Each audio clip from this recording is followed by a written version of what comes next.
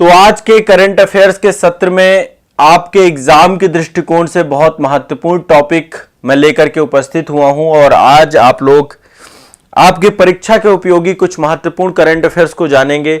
हाल ही में हुई कुछ महत्वपूर्ण जो घटनाक्रम है उनको भी यहां पे समायोजित करेंगे। ये एग्जाम के दृष्टिकोण से बहुत इंपॉर्टेंट है। देखिए, भारत के प्रधानमंत्री नरेंद्र मोदी जी के द्वारा 9 अप्रैल 2023 को जो प्रोजेक्ट टाइगर था उसके 50 वर्ष पूरे हो रहे थे, तो कर्नाटक के मैसूर में एक जो है कर्नाटक के मैसूर में इंटरनेशनल बिग कैट अलायंस, इसका उद्घाटन करते हुए बाघ जनगणना आपकी जो है क्या की गई है, बाघ जनगणना 2022 का डेटा जारी किया गया है। बाघ जनगणना 2022 का डेटा जारी किया गया है आपका। और यह डेटा कब जारी किया गया है? International big cat alliance IBCA का उद्घाटन कर रहे थे और इसके तहत जो है, देखिए IBCA क्या है आपका, इंटरनेशनल बिग कैट अलायंस क्या है। इसके तहत बाघ, शेर, हिम तेंदुआ, चीता, जगुआर, प्यूमा, ये सारे कैट प्रजाति से जुड़े हुए जानवर हैं आपके। बाघ, शेर, हिम तेंदुआ, चीता, जगुआर और प्यूमा, इनके संरक्षण के लिए यह पूरा का पूरा कार्यक्रम चालू किया गया अंतरराष्ट्रीय स्तर पर। International big cat alliance, puma Bharat में नहीं पाया जाता है, चीता अभी प्रोजेक्ट चीता के तहत भारत में आ गया है, ठीक है। जगुआर भी यहां पे नहीं है। यहां पे बाघ, शेर, हिम तेंदुआ भी पाया जाता है, तेंदुआ भी पाया जाता है और चीता भी अभी आ चुका है। लगभग 97 देश इसमें जुड़े हुए हैं।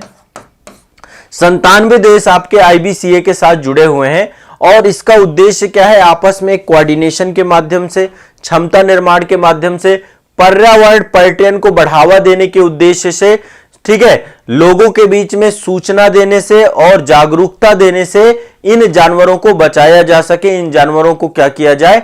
तो इंटरनेशनल बिग कैट अलायंस का उद्घाटन कर रहे थे प्रधानमंत्री और इसी में मैसूर में हुआ था। कहां हुआ था ये?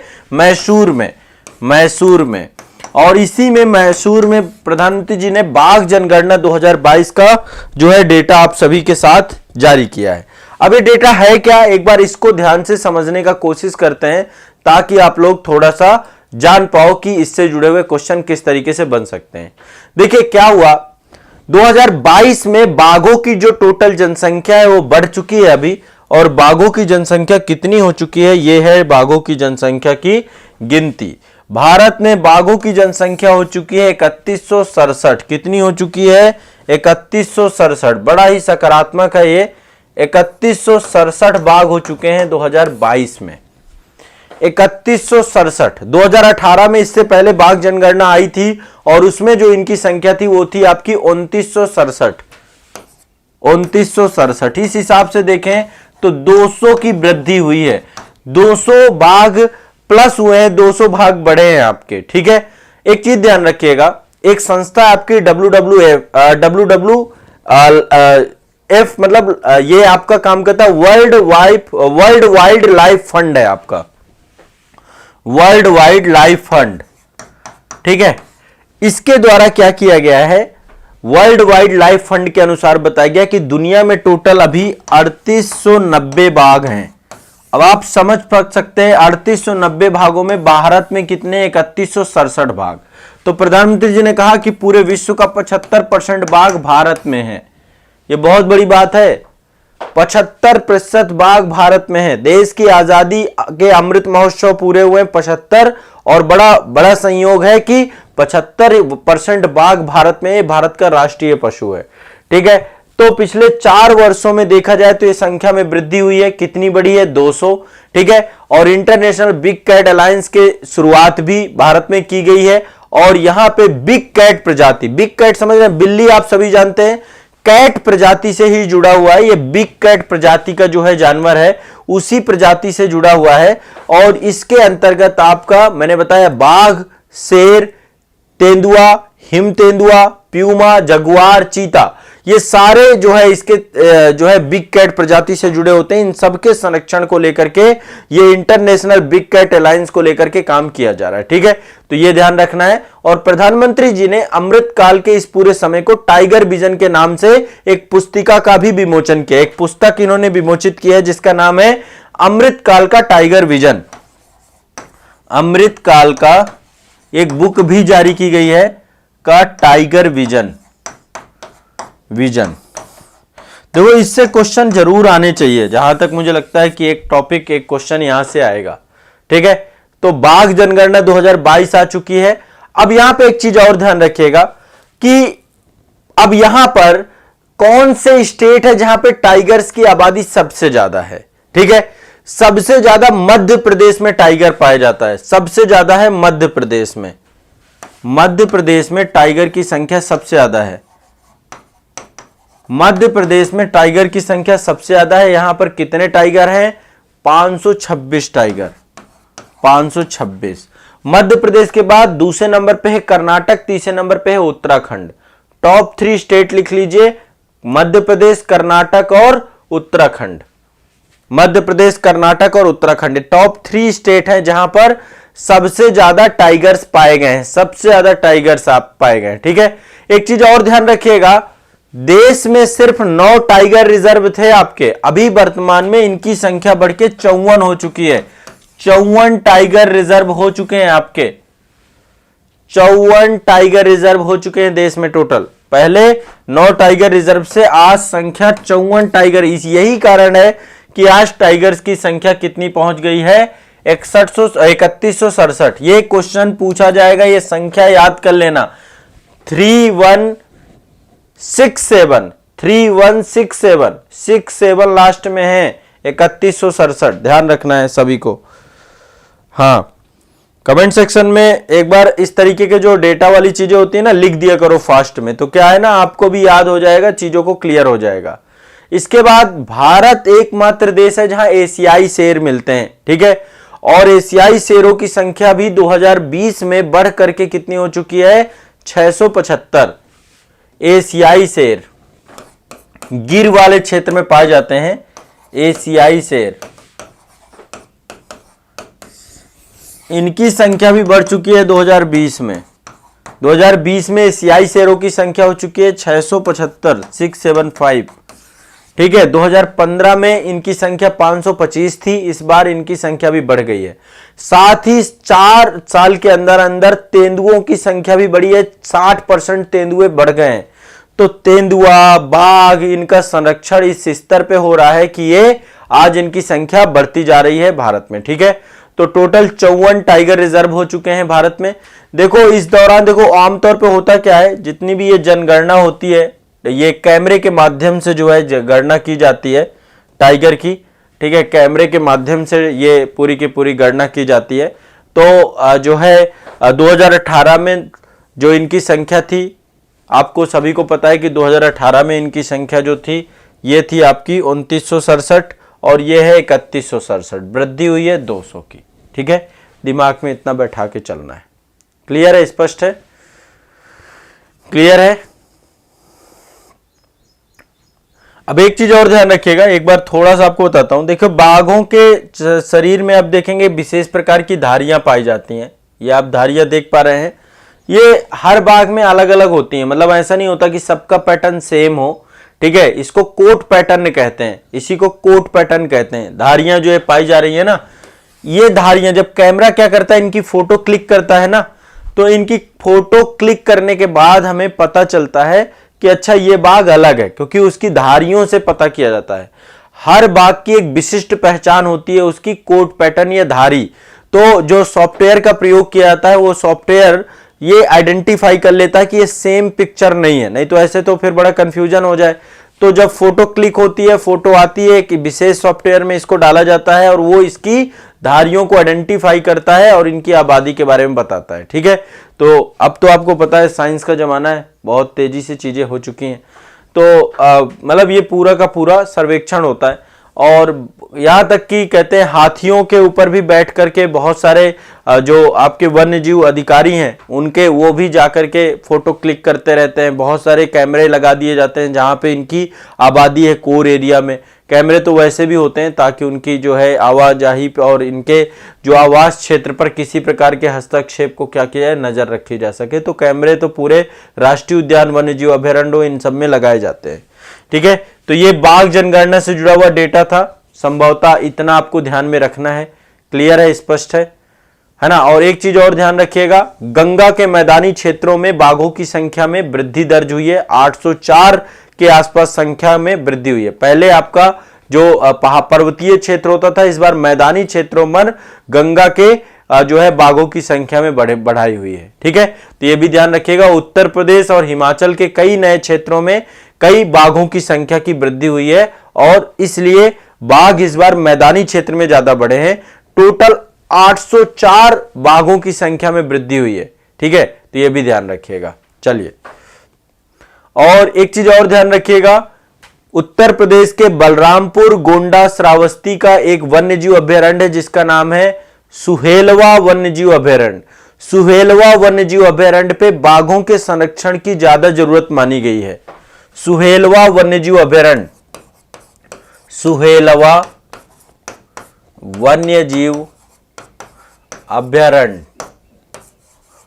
अभयारण्य, इसमें बाघों के संरक्षण की जरूरत सबसे ज्यादा मानी गई है। ठीक है, यह भी आपको ध्यान रखिएगा। स्पष्ट है, तो ये आपको इंपॉर्टेंट ध्यान रखना है।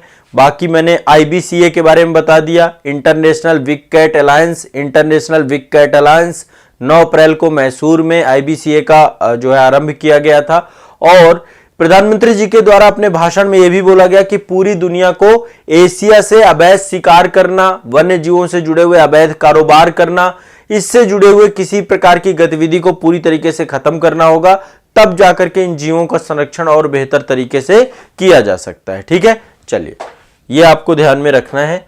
और ये बाघ जनगणना से जुड़ा हुआ एक इंपॉर्टेंट सेगमेंट था, इंपॉर्टेंट टॉपिक था। इससे जुड़े हुए क्वेश्चन आपके पूछे जाएंगे, ध्यान रखिएगा। ये आप देख पा रहे हैं, ये क्या है? ये आप देख पा रहे हैं एक, ये आपको वीरान सा एरिया दिख रहा होगा और उसके अंदर एक ऑब्जर्वेटरी दिख रही होगी। ये है आपकी laser interferometer gravitational wave observatory. ठीक है, इसको हम लिगो इंडिया कहते हैं, लिगो इंडिया।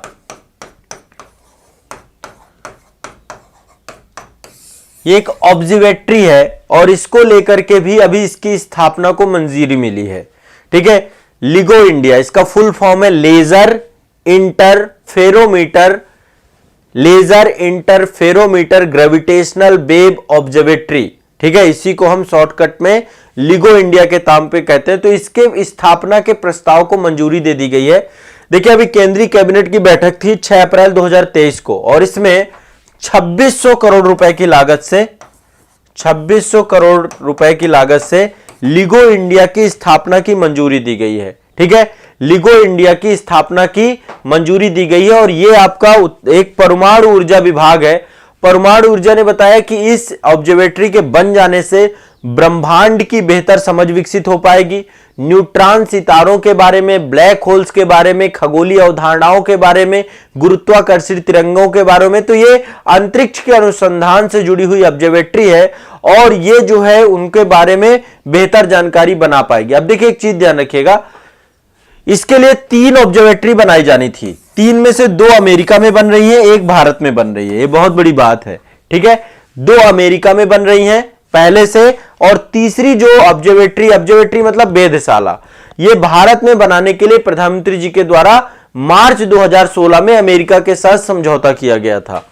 मार्च 2016 में इसके लिए प्रधानमंत्री जी के द्वारा क्या किया गया था? एक समझौता किया गया था, समझौता किया गया था। तो ध्यान रखिएगा, लिगो इंडिया, ठीक है, यह समझौता ज्ञापन पर हस्ताक्षर किया गया था।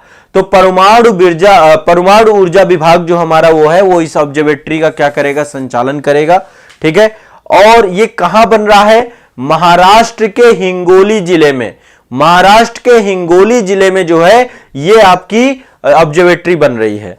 महाराष्ट्र के हिंगोली जिले में, महाराष्ट्र के हिंगोली जिले में। ठीक है, ये भी ध्यान रखना है। क्लियर है, स्पष्ट है, क्लियर है सभी को? ठीक है, लगभग 174 हेक्टेयर जमीन है इसमें, और इसके लिए जो इन्वायरमेंटल जो जानकारी प्रोसेस था वो सारा पूरा हो चुका है।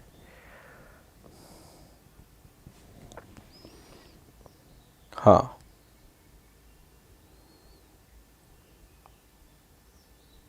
वेरी गुड, बहुत बढ़िया।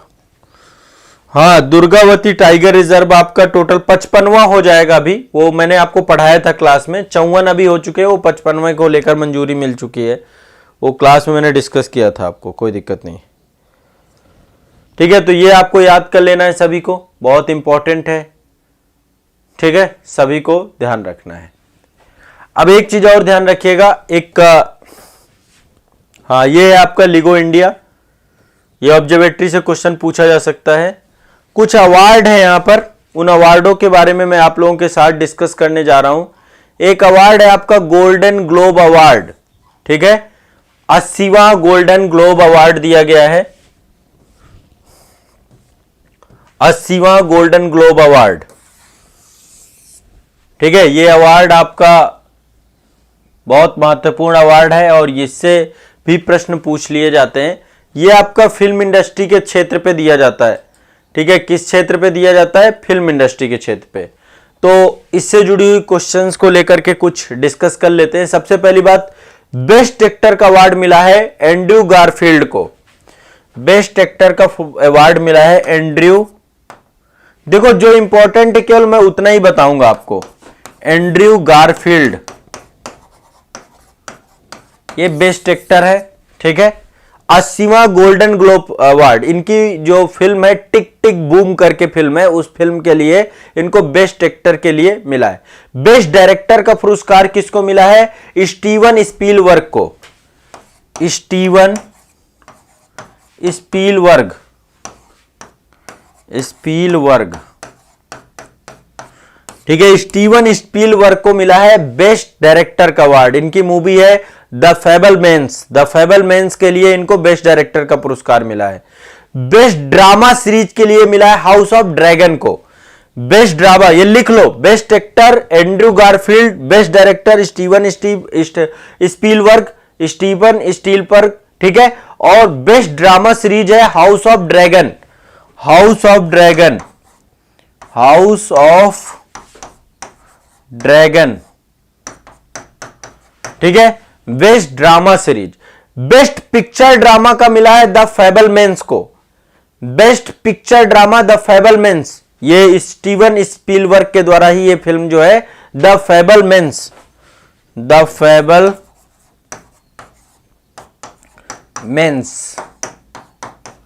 द फैबलमैन्स के लिए आपको मिला है बेस्ट। ठीक है, best picture drama. Best drama series के लिए हाउस ऑफ ड्रैगन को मिला है, बेस्ट पिक्चर ड्रामा के लिए द फैबलमैन्स को मिला है। ध्यान रखना है इसको, ठीक है, सभी को। और बेस्ट एक्ट्रेस का अवार्ड मिला है ऑस्टिन बटलर को। बस ये 4 याद रखना है, 4-5 हैं आपके। ऑस्टिन बटलर, ऑस्टिन बटलर, ये आपको बेस्ट एक्ट्रेस का अवार्ड है। एल्विस मूवी है, एल्विस के लिए इनको मिला है, एल्विस में इन्होंने काम किया है। ठीक है, तो ये आपको ध्यान रखना है। Best actor Andrew Garfield, best director Steven Spielberg, best जो है ड्रामा सीरीज आपकी house of dragon, best picture the Fabelmans. ठीक है, बेस्ट एक्ट्रेस आपकी ऑस्टिन बटलर। ये आपको ध्यान रखना है। ये गोल्डन ग्लोब अवार्ड है, इससे क्वेश्चन पूछे जाते हैं, आपको पता होना चाहिए। एक क्वेश्चन जो बहुत बार पूछा जाता है और इससे जुड़ा हुआ आपका जो है एक, ये आपका भारतीय अंतर्राष्ट्रीय फिल्म महोत्सव। एक तो इसके लिए एक बात रट लो, ये गोवा में ही होता है, गोवा में ही होता है। इससे बहुत बार क्वेश्चन पूछे जा चुके हैं आपके। भारतीय अंतर्राष्ट्रीय फिल्म महोत्सव 2022 कहां होगा? ये गोवा में ही होगा, जब भी होगा। कहां होगा? गोवा में। तो ये 53वां एडिशन था, 53rd एडिशन था आपका, 53वां एडिशन था इसका, अंतर्राष्ट्रीय भारतीय अंतर्राष्ट्रीय फिल्म महोत्सव। ठीक है, अब इसमें बेस्ट फिल्म का अवार्ड जो मिला है, इसको गोल्डन पिकॉक अवार्ड भी कहते हैं। ये मिला आई हैव इलेक्ट्रिक ड्रीम्स, ठीक है, आई have electric dreams, I have electric dreams. I have electric dreams के लिए क्या मिला? Best film, golden peacock award इसी को बोलते हैं। Best film I have electric dreams को मिला है, ठीक है। एक चीज और ध्यान रखिएगा, फोकस कंट्री कौन था? फोकस कंट्री फ्रांस था, ठीक है। फोकस कंट्री कौन सा था? फ्रांस। यह भी क्वेश्चन पूछा जाता है, ठीक है। इसमें फोकस कंट्री था फ्रांस, ठीक है। और इसमें जो है जब कोई भी कंट्री फोकस कंट्री रखी जाती तो वहां के सिनेमा को जो है सबसे ज्यादा महत्व दिया जाता है। तो फ्रेंच सिनेमा की विविधता और क्षमता के प्रतिनिधित्व करने के लिए फ्रांस से 8 समकालीन फिल्मों का संकलन भी इसमें शामिल होगा। तो उस कंट्री के सिनेमा के पावर्स को भी दिखाया जाता है, उससे जुड़ी हुई चीजों को दिखाया जाता है, ठीक है। तो बेस्ट फिल्म आपको कौन से मिला? आई have electric dream. Best actor है वाहिद मोबेसरी, मोबेसरी, मोबेसरी, वाहिद मोबेसरी, इनको बेस्ट एक्टर का पुरस्कार मिला है। बेस्ट एक्ट्रेस है Daniela Marin, Daniela Marin, Daniela Marin, ये आपकी बेस्ट एक्ट्रेस है, ये भी दिमाग में बैठा लीजिए। और बेस्ट डायरेक्टर का अवार्ड मिला है नादेर सैयवर, नादेर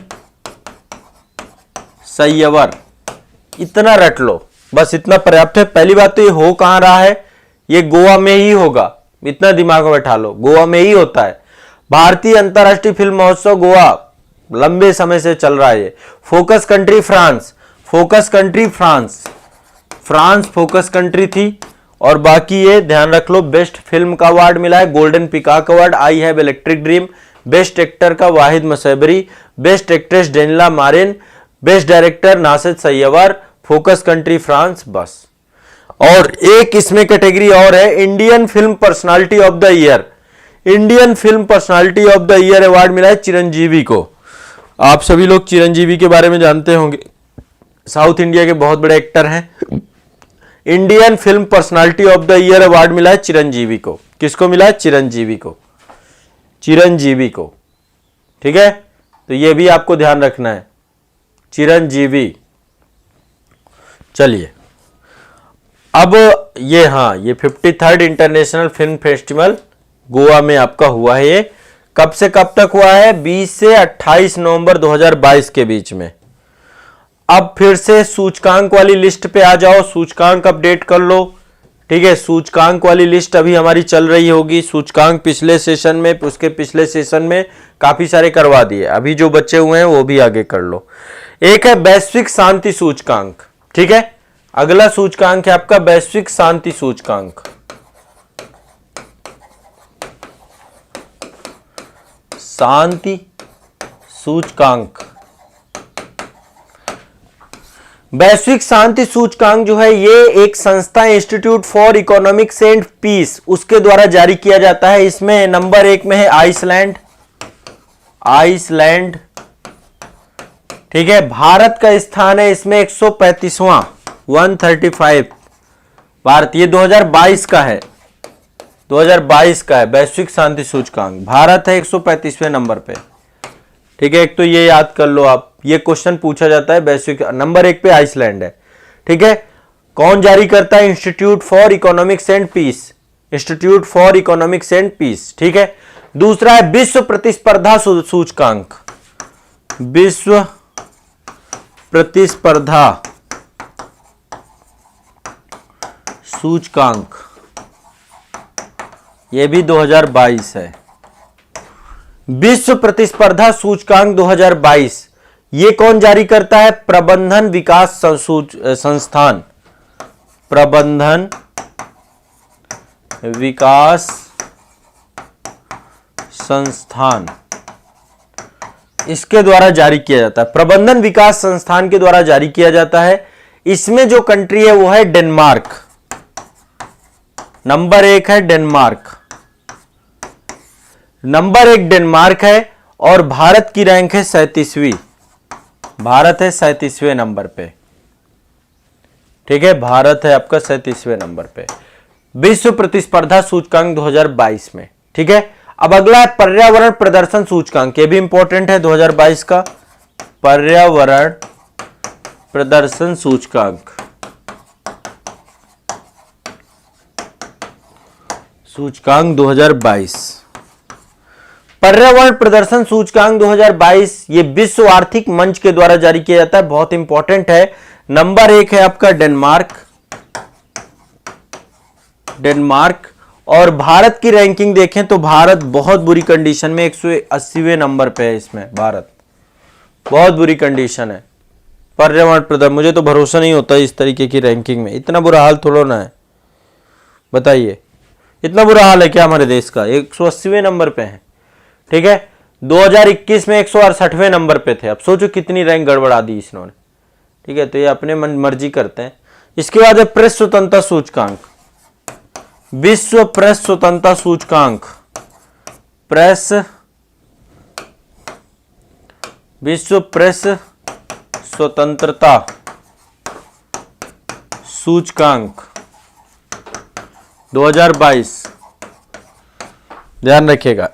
प्रेस स्वतंत्रता सूचकांक में मैं मान सकता हूं कि हालत खराब हो सकती है। तो प्रेस स्वतंत्रता सूचकांक ये एक संस्था है आपकी रिपोर्टर्स विदाउट बॉर्डर्स, ये फ्रांस की संस्था है आपकी रिपोर्टर्स विदाउट बॉर्डर्स, इसके द्वारा जारी की जाती है। नंबर 1 पे नॉर्वे है, नॉर्वे में सबसे बेहतर प्रेस स्वतंत्रता है, भारत का स्थान 150वां है। सोचो ये थोड़ा सा दुखद है, आपका लोकतंत्र की स्थिति यहां से देख सकते हो प्रेस स्वतंत्रता से। ठीक है, इसके बाद है आपका यात्रा और पर्यटन विकास सूचकांक, लेकिन 2021 का है आपका यात्रा एवं पर्यटन विकास सूचकांक।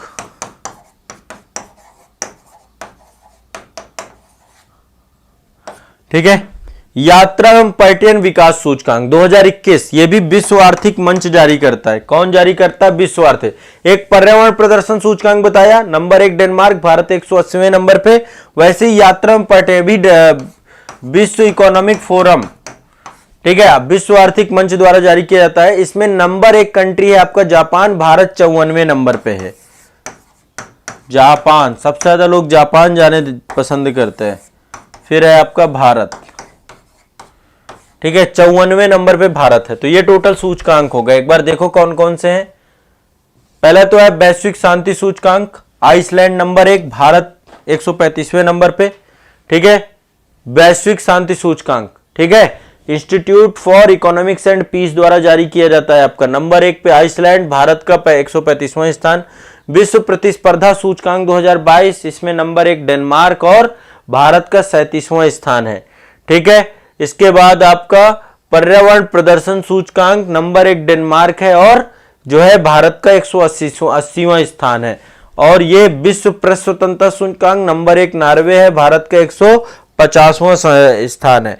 यात्रा एवं पर्यटन विकास सूचकांक नंबर 1 जापान और भारत का 54वां स्थान है। बताओ कोई दिक्कत हो तो। इतना समझ में आया? इतना लिख लिया आपने? तो आज के लिए इतना ही रखेंगे, बाकी करेंगे कल के सेशन में। आज के लिए इतना ही रखेंगे, बाकी कल करेंगे। देखो कई सारे टॉपिक हमने कवर कर लिए इसमें, अब इनको रट जाओ, रिवाइज कर लो। देखो एक तो लेटेस्ट डेटा भी 9 अप्रैल का था आपका बाघ सर्वेक्षण का, ये हमारा हो गया। मैंने आपको बताया कि बाघों की संख्या बढ़ चुकी है भैया, 3167 हो चुकी है, 200 संख्या बढ़ी है आपकी। ठीक है, इसके बाद दूसरा लिगो इंडिया के बारे में चर्चा हुआ कि महाराष्ट्र के हिंगोली में लिगो इंडिया बन रहा है भाई। ठीक है, इसके बाद हमारी चर्चा हुई गोल्डन ग्लोब को लेकर के चर्चा हो गई, और गोल्डन ग्लोब के बाद हमारी चर्चा हो गई जो 53वां आपका भारतीय अंतर्राष्ट्रीय फिल्म महोत्सव था, इसके लिए चर्चा हो गई, और हमारी चर्चा हो गई सूचकांकों को लेकर के। ठीक है, तो ये आपके 5 टॉपिक कवर हो गए। अब आपको इनको रट जाना है जितना मैंने आपको बताया है। रट जाओगे क्या? ठीक है, ये टॉपिक आपको याद कर लेना है, बस याद करते जाओ। देखो फिर एग्जाम में जादू होगा, बड़ा जादू होगा। सब क्वेश्चन पता चला क्लास से ही आ गए आपके।